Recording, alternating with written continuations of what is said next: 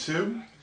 Hi everybody, this is Night Seeking Bear in my parents' living room. I just want to thank you guys for watching my videos. Here I just want to thank you guys because you guys are wonderful. Mwah, mwah, mwah. Okay. Well, the reason I'm doing this particular type of video is because this is going to be the first part of a new series. It's going to be called What is Stregheria? And this is the first part of the video. And basically, I'm going to answer that question in a very set of very specific answers for people who are interested in this. And part of the reason I'm doing this is because I want to get away from just making your typical video responses and just comments and talk about the other videos I've done in the past. I just want to get right into talking about my faith. Basically, for those of you who want to know, Stregheria is basically an Italian form of Wicca.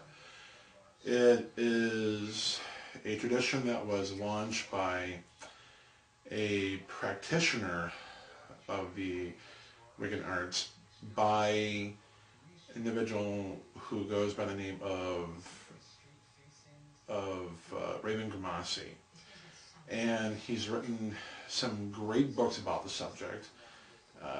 The original book he wrote was called The Way of the Strega, and he updated it calling it Italian witchcraft, the old religion of Southern Europe. And basically, I'm going to give you, based on everything that I've read so far about Stregheria and its tenets and its practices. In the next video, I'm going to talk about the holidays, so be prepared for that. Well, basically, Stregheria is a nature-based religion like Wicca. And there are similarities to Wicca. The only thing is that it's more specifically focused on the folklore and tradition of Italian culture, because there are Italian witches in Rome and throughout the entire country of Italy.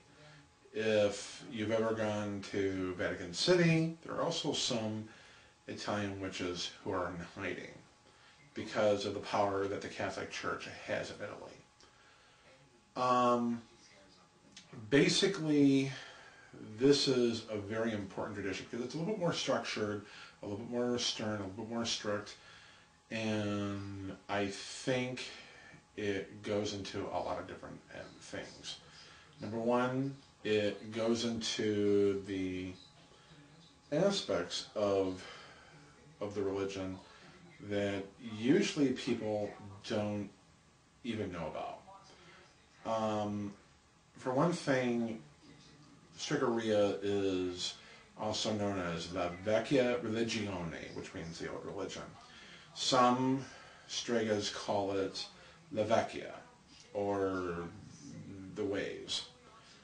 There are many different types of witches in Stregheria. But there's a type of witch which happens to be male, and it can be any kind of witch in Strega, which is known as the Mago, and it's spelled M-A-G-O. Another type of witch is called the Maga, which is a female witch. And then you can go into other areas known as a Strega, which is basically a female witch, but it's a specific type of witch in Stregheria. There are different sub-traditions within Stregheria, known as the Iridian tradition, the Erechian tradition.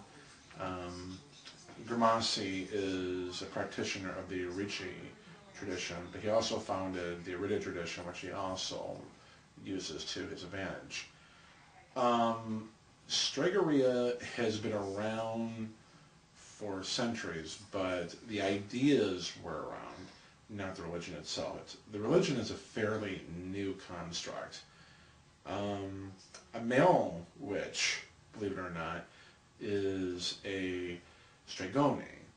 Now, keep in mind that Italian is a nature-based religion, just like Wicca, but it also focuses on gender, the importance of gender, unlike the English traditions of Wicca. Keep in mind that the Italian language is also gender-based because certain objects reflect a certain gender, unlike English, which doesn't do that. If you're talking about, say, a plate or a bark or a ball, you have no idea what the gender is.